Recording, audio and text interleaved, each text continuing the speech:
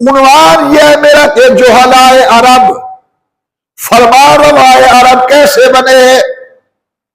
उसका जवाब यह कि हुजूर ने दो मेहनतें की, एक इल्म पर, दूसरी अखलाक पर।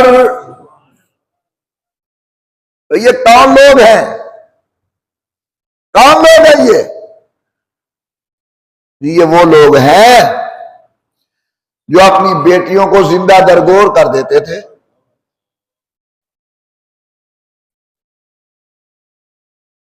हुजूर आए तो अब क्या हुआ, खुद न थे जो राह पर औरों के हादी बन गए। क्या नजर थी जिसने मुर्दा को मसीहा कर दिया।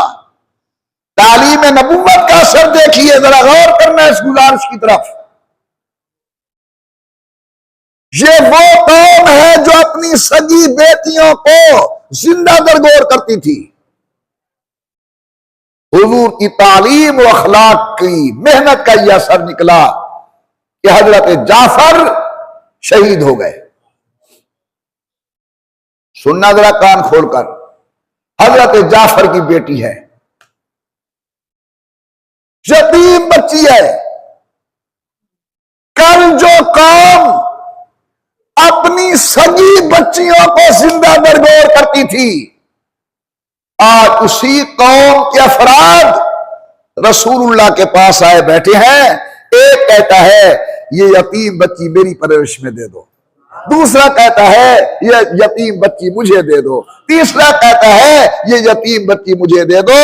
अब मैं हुजूर की उस मेहनत को बस सद अदब सलाम न करूं कि अपनी बेटियों को दरगोर करने वाले तालीम नबूवत का यह असर निकला कि दूसरी यतीम बच्चियों को पालने वाले बन गए।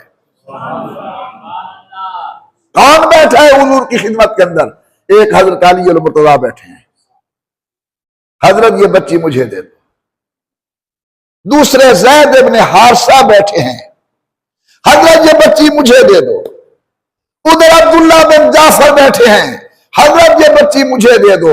रसूलुल्लाह सल्लल्लाहु अलैहि वसल्लम ने फरमाया कि ये बच्ची उस घर में जाएगी जिस घर के अंदर इसकी खाला मौजूद है, क्योंकि खाला मां की तरह होती है। ये तो हुजूर ने फैसला किया।